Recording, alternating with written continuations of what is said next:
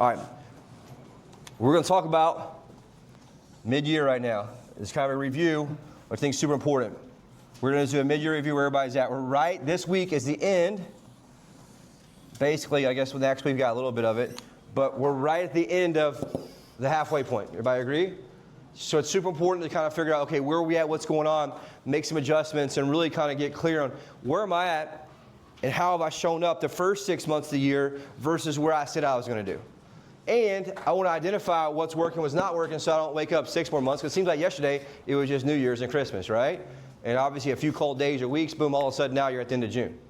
And so you want to make sure I'm making adjustments real time to help optimize what's important, but at the same time make sure I can double down and also fix things once. So I will break this down, call this the halfway matrix, but ideally the most important thing you want to look at right now is scoreboard. So why is the scoreboard important? Shows what, though? If I'm winning or not winning. That's what it always looks at, right? You go right to a basketball gym, what's everybody look at? Scoreboard. You go to a football field, what's everybody look at? Scoreboard, right? And if I'm not having a scoreboard and not keeping score, I have no way to win. You literally can't win. And if you're playing real estate not to win, you're in trouble, right? You're not going to make it long term. And so ideally, what do I want to do? I want you guys to look back one thing. I want you to look back, hey, what were my goals? So we're going to look back from the scoreboard. What were my goals first half? So we're going to break it down. I'm looking back. And if you didn't have one, if you're fairly new, that's okay. But if you're, just sit through this part. But I want you guys to break this down like this. What's the most important scoreboard number? Closings, right? What you could like. So look here. What was my closings goal? Contracts. Why does that matter, those two? That's under contract to close, right? So we had some people, they had hundreds of thousands of dollars blow up in a period of 6 to 8 months, right? So how many closings did I have? What was my contracts target? What was my closings goal? If I don't know that, what does that mean? I'm in trouble, right? If I didn't know what my score was going to be or what my goal was going to be for the first half of the year, or even if you were fairly new, you just want to make sure. So other piece of that, listing or buyer appointments. So my appointments, Joe, and inside sales, there's going to be what was the target for booked? Right? What was my goal for booked each month and obviously for the first 6 months? Right? And same thing for recruiting stuff, right? So how many listing buyer appointments did I have? How many signed clients? And this is your goals now, right? This is what was my target. So maybe go back to your 90-day goals, do that overall. How many open houses? How many referrals? And obviously my commission earned. So this is my goal side. I want you to put one side on there. I'm just giving you guys like the quick, easy way, but this is important. Oh yeah, one more I forgot. My dials. So for example, my buyer clients, what's my target for most people for signed clients? 72, right? For half the year. So that's the part you want to understand of where I'm at. Listing, same thing with Jeremy. Tim on the listing side, obviously, you guys, what was my target for listings taken? Here's what I want you to go back. Beside that, I want you to write down what was your actual. You may not have that offhand here, but that means if you don't, you need to figure it out today. Because I got to be able to create leverage on myself and figure out where I'm at. If I'm not keeping score, what are the chances I'm going to win? Zero. Now here's the crazier part. You might be winning and doesn't feel like you're winning because why? You don't even know, which leads to what? Burnout. If I don't keep track of what my score is, I could be winning and feeling burned out because I'm not taking time to have discipline to measure what my actual score is.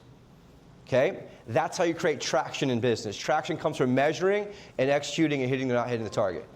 And even if I'm not hitting it, it allows me to figure out, okay, where's my gap at? That's what makes business more fun. But if I don't track it, that always leads to burnout. So if you feel yourself burning out a lot, it's because you're not tracking the right, and you're not making the right adjustments.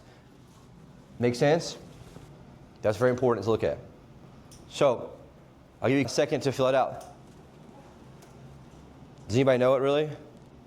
We will, but I don't like waiting until 2 or 3 weeks after the quarter ends and then we finally get rolling afterwards. So that's why we're doing mid-year review right now. This is a different version. I have a whole document I'm going to give you guys if you want to take it further. If you don't know this, at least write down what we need today. What were your goals here? What was your actual? You want to figure out where is it at. And then ask yourself here, what do those numbers tell you about the first half of the year? What do those numbers tell you about the first half of the year? If you're brand new, you can use, hey, what are the 2 months you've been here, 1 month you've been here? What was your thing, right? You want to figure out, now what are my targets on the general broker side? Right, 1 under contract per week's target. That's the thing that changes everything. Nothing else matters if you can do that. How do I get there? I need 3 agency agreements a week, which means I need 3 held appointments per week to sign on the buyer side. Listing side, you may need potentially 5 or 6. So that's a key part there.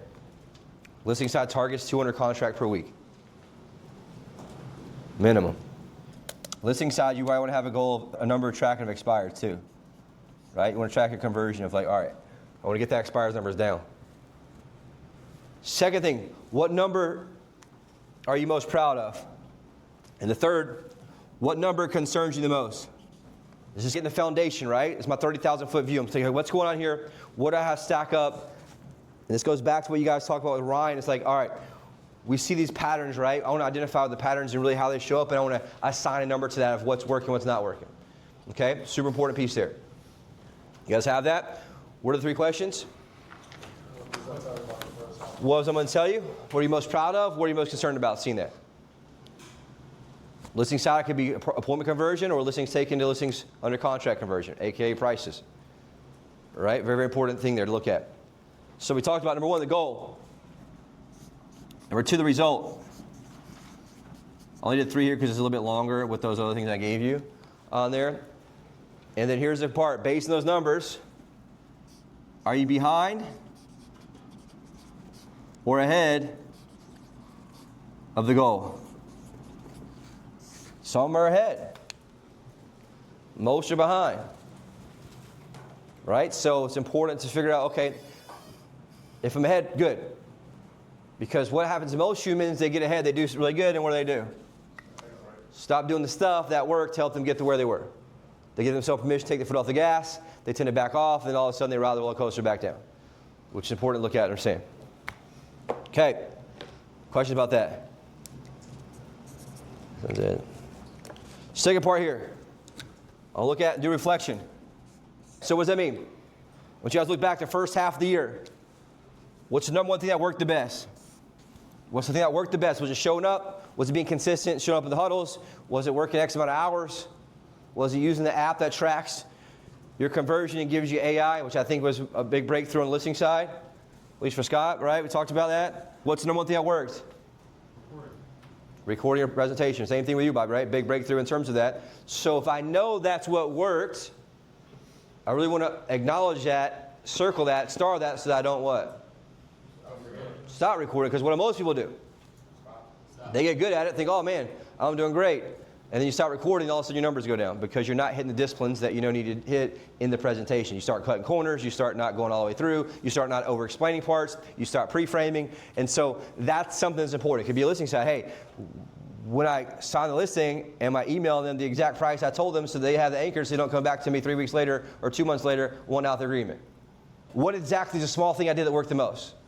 It could be appointment conversion. It could be client conversion once they're signed under contract. It could be how I'm showing properties. What's the one thing where it could be how you showed up, your schedule, right? My dials, my non-negotiables. Give me the top 2 or 3 at least. Second thing, what do you think the second part is? What didn't work? So that could be things that I didn't do or that I avoided. Could be my consistency in showing up. Could be my schedule for my personal life. Whatever it is, what was it that didn't work the first half of the year? What I know that kept me further away from my goal instead of brought me to my goal? What's the one thing that makes a big difference, right? So for example, what worked? Was it routines, lead sources, conversations, habits, scripts, software, follow-up, relationships, whatever it was, what created the most momentum? Second part about didn't work. Right? What didn't work the first 6 months? Be specific about activities that consume your time, your energy, your money, without producing conversations, appointments, clients, or closings. Was it talking too much? Was it avoiding the work? Was it not keeping the schedule? Was it not following my schedule? What was the thing you think that hurt you the most in terms of personal execution first half of the year? It's important. You got to be honest with yourself sometimes. Like, all right, where do I know I screwed this up? For me, a lot of times it's getting reactive mode, dealing with problems. I get hammered with all these problems, right, that seem urgent. But all of a sudden you wake up 2 weeks later, you just dealt with a bunch of problems, didn't move anything forward. That's something that's a challenge for me, right? It says block it out now. And I'll deal with that at the end. But it's still a challenge. Okay? That's something that is important. You got to figure out, okay, what didn't work? Number 3. Where have I drifted? Where did I drift? Where does that mean, you think? Where did I know I got off track? Where did I get distracted? I want you guys to write that. Where did I get distracted at? Where did you drift from your plan, your schedule, your standards, or your commitments? All right, I'll say it again. Where did you drift from your plan, your schedule, your standards, or commitments? Yep, and so you look back, if I can course correct that, I'm looking for what here? The biggest lever. I'm making sure I don't do what humans do and screw up and quit doing the stuff that's working. And I'm also making sure I can identify what my vampires are, right? What's taken away from me that I know I need to eliminate, but I still allow to suck my blood. That's important, okay? And so that's a key part here, to level above, because if I'm in the chaos of war every day, it's hard to make good decisions. But if I can take a little bit of time to pull out, zoom out a little bit and say, okay, what are the common denominators? What are the patterns? Like you guys mentioned when you did last week with the whole group, you notice patterns. That's what I'm very good at recognizing as a business person I'm looking for, because that's what typically moves the needle the most. Okay, or patterns that I can correct or course correct what it is. And the last thing here, what I learned about my business first half. Based on this so far, what did I learn? What did I learn about myself, my business, right? What did the first half teach you about business, the market, your clients, your skills, and your personal discipline? Where do I easily get distracted at? Where do I fall off at? Do I tend to ride the roller coaster? If I do, why? What's the stories I'm telling myself to let myself off the hook? That's typically what it is, right? I give myself a story, aka justification, to not hold myself accountable to what I know I need to do. Very important, right? This is key.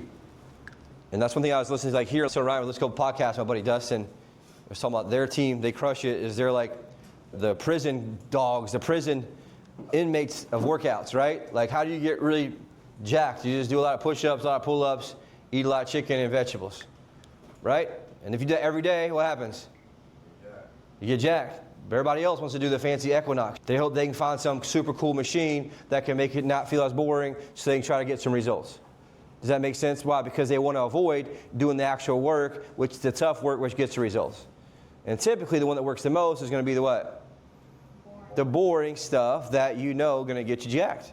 Like eating good and doing push-ups and doing pull-ups, right? Those are the things that really make a big difference what that is. So that's the key part there. So reflection part.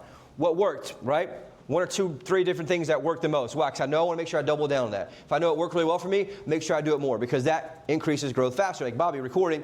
If you wouldn't have recorded and you would have waited 9 months, right, what would that have been like? And based on what your experience was, if you had to give a guess, how many months of pain and agony did that save you just recording it and listening to it?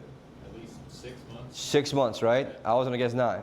Right? So, and it could be years for some people, right? So that's why it's important to understand, if that worked, what if I get another 6 months in a matter of 2 months, right, of doing it?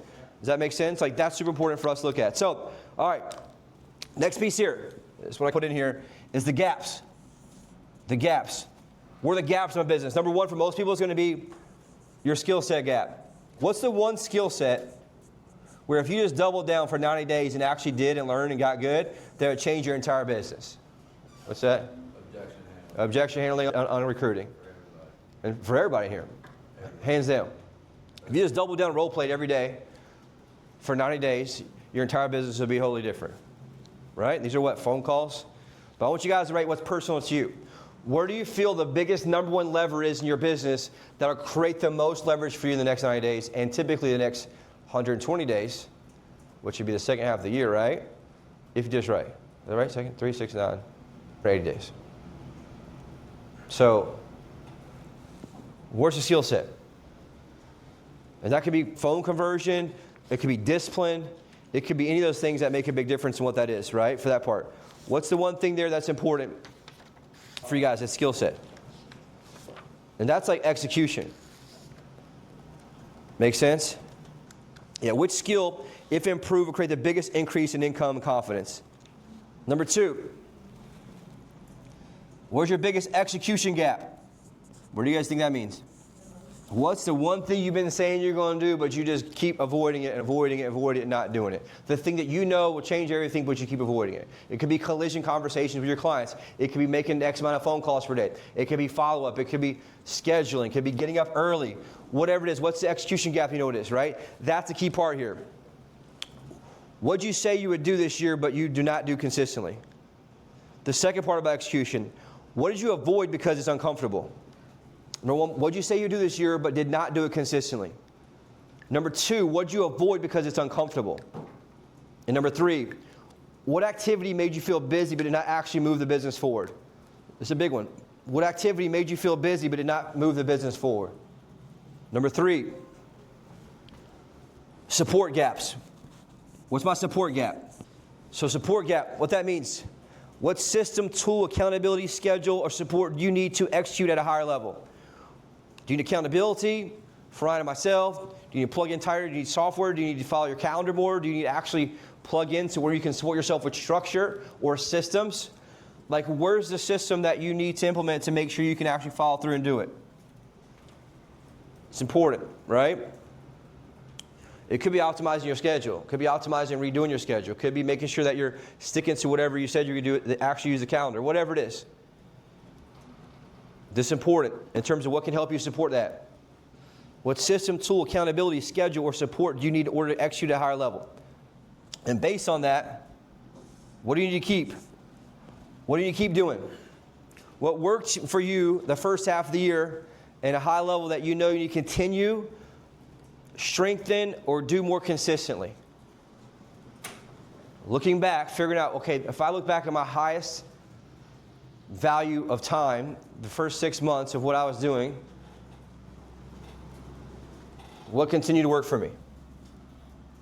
Role playing, making dials, following up, organizing my database, right? Getting price reductions, whatever it is, what makes the biggest thing? Second piece of this, what do you need to cut? Inside you and your business, what needs to be removed, reduced, delegated, or stopped because it's not helping you create conversations, appointments, contracts, or closings? What do you got to cut out that's just time vampire for you? Or that feels like you're doing something and just allows you to be in a place of avoidance, right? Most people live in avoidance because they just keep avoiding what they know they need to do because it's uncomfortable. Most people busy getting distracted in the mornings, right? They have conversations a lot of times from 9:30 to 11. What is it? And the last piece here, what do you need to commit? Based on what we've been through so far and stack this up on top of each other, what must you commit to for the next 90 days if you're serious about changing the outcome for the rest of the year? I feel like the next 90 days is going to, so we feel like, right, we're halfway through, but the next 90 days is going to set everything, right? We all know once it gets to Thanksgiving and Christmas, you're just along for the ride at that point, right? Your year's already been set. Q4 basically is all being set up by Q3. Make sense? So that's important. What do you know you need to commit to and double down that you know that you've been avoiding, that if you actually change this one thing, it would change everything about your business? That's the key part to look at there. Next part is to be strategy. The second part, this is where we start executing, right? This is my strategy. So talk about strategy here. What's the one thing that I can do that I'm going to call and have my weekly standard? Based on what you've seen, if you just set this one weekly standard to do certain things, what it look like, and that can be conversations, right? Lead follow-up, listing or buyer appointments, like open houses. What's the one or two things that you can do that have weekly standards that are measurable that you can set? And I prefer you set a few of them. Time I'm doing on script practice or role play, time I spent on my week for CRM cleanup or database management. But ideally, it's going to be real estate conversations, past client follow-up, lead follow-up sessions, how many buyer or listing appointments I'm booking. What's the standard? Because there's goals and standards, right? Standards means what? It gets done no matter what, right? It's the absolute floor. And I do not operate without having that hit no matter what. And so based on this, what weekly standard can you set based on what you've seen here that would change everything for you in the second half of 2026? It's important. It could be the amount of price reductions I get per week, right? Whatever it is, it's got to be something that you know can move the needle. We'll go deeper into that in a second right here.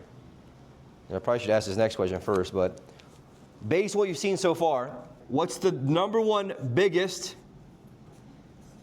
internal lever that you know if you execute on, it'll change everything second half of the year? What's the biggest internal lever where do you know if you can execute at a high level for the next 90 days to change everything? That would be anything: mastering price reduction, mastering objections to the phone,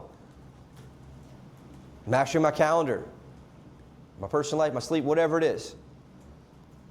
Most of you and all of us really are one or two decisions away from everything changing internally from an execution standpoint. Right? The recipe's there, 90%. Just got to make sure I'm doing the one or two things I keep avoiding inside my business. Not external, internal. Last couple ones here. Based on all this data, right? What's the 90-day non-negotiable in my business I can set? The one thing, right? The book talks about what's the one thing I can do that makes everything else irrelevant.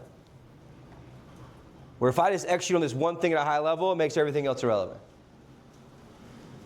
For some of you, it's going to be appointments, for some price reductions, right? Whatever it is. What's the one discipline I know I can do at a high level that I can really get good at and make sure I just focus all my energy on this one thing that's going to move my business forward more than anything else?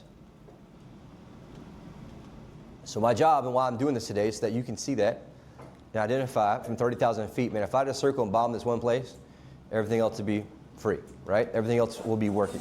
So that's important. Jeremy, on the listening side, what do you think will be for you? What would help?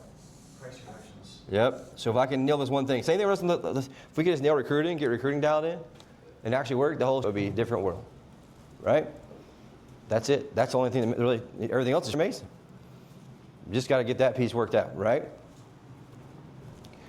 And then the last thing here, I want you guys to spend some time with this one though. For me to have the second half of the year I really desire, right? For me to look back and say, okay, here's how I said my 26 is going to be. Here's how I've stacked up so far. I still have a chance to change the outcome, right? We're only halfway through. And so if you screwed up the first half and you didn't hit your goals, the good news is what? You can still fix it. You're at halftime, right? How many people have come back after halftime, won the championship? But if you don't look back and review the first half of the game at halftime, you're not going to win the second half. Make sense? What do people do in basketball at halftime? Go over everything they're doing wrong. Go over what they do. What plays are they running against you? What are they doing that you're getting beat on? Where are you getting beat at? How can you make adjustments? And you make the adjustments at halftime, and typically the ones that make the best adjustments come out and do what? Win the second half. And that's what we're trying to do here. And so I want you guys to understand this piece and look at this and say, all right, here's the question I want you to ask. For me to hit my goals, second half, and for fully 2026 of the goals, you guys write this question.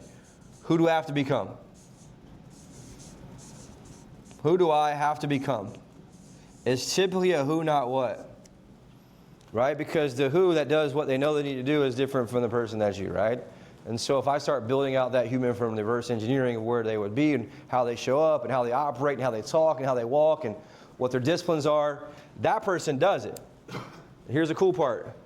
That person's inside you. You just got to find them. You just got to build them. They're in there, right? As you've seen, you've been here for a while, you grow, right? As a human, as a business person, you look back, man, that person was always inside. You just had chills of them away. And so the way to get there is to identify what do they do? How do they show up? What are their disciplines like? What time do they get up? What time do they go to bed? What do their habits look like? How many days a week do they show up? Write that stuff down. Because that person who does these things here and executes on these things is the one that makes the most money, and they're all within you right now. You just got to get clear enough and specific enough about who they are and how they show up and figure that skill set out. Jeremy, everything in your business will change if you just did what? Really high level. And once you figure that combination out to that lock, what happens to life? Like you said, everything else doesn't really matter because, like, even at the current rate of what you're getting listings, if we can just sell the ones we get, then we're all going to make a lot of money. Yeah, and it's just, that's the one thing.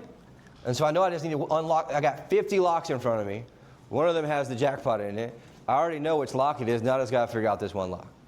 I can keep testing and messing with all the locks, or I can just focus on the one lock that gives me all the gold. And that's what I want you guys to figure out today. I was like, all right, what's the one lock? Because the biggest thing about business is that we get overwhelmed. We got too much to do. But if you realize most about business is figuring out the one or two things to actually move the needle. Everything else is just noise. That's why most people lose in business. They focus on everything except the 2 or 3 things that move the needle. And so that's what I want you guys to look back and say, okay, first half of the year, what did I do wrong? What do I need to course correct? And if I know I course correct that, you're doing 80% of the stuff right, but you're just not getting the results because that 20% is costing you. And so I want you to take time today to double down and figure out, okay, where did I miss this at? Where do I need to double down? And here's the thing. Let's say I know the lock, right? Like in Jeremy's example. How do I get there? I mean, dude, you could probably just spend 20 hours on YouTube finding the best price reduction guys and figure out what they do. Think about it, right? There's a million ways to do it. Testing, obviously, I think there's protocol to it. Pre-frames. We talked about that lady last week, right? What could I have done differently pre-frame? They crazy don't remember it. So I can't just say, hey, I got the recording. I say, hey, send a recap, send a summary. Hey, here's our conversation. We said you need to be priced at $350. You want to list at $395. Here's my try, whatever it is. And those little things anchor, and then say, all right, what's my data I use next, and how do I pre-frame and set? It's just simple checklists that we create in our mind, and then we follow a checklist every single time. But I don't know what that sequence is, and my job is to find the sequence, right? Eventually you figure it out. Yep. And part of these guys, hey, personal development, right? If I just went 9 days, focus personal development, right? Watching Jordan Belfort every day, whatever it is, your whole life would be different. But most people are just avoiding it, going through the motions, right? In reactive mode. So I want you to take some time to think of this thing. If you have an interest in going forward, obviously, and taking this further, I have something I'll show you for you guys. I think that'd be helpful.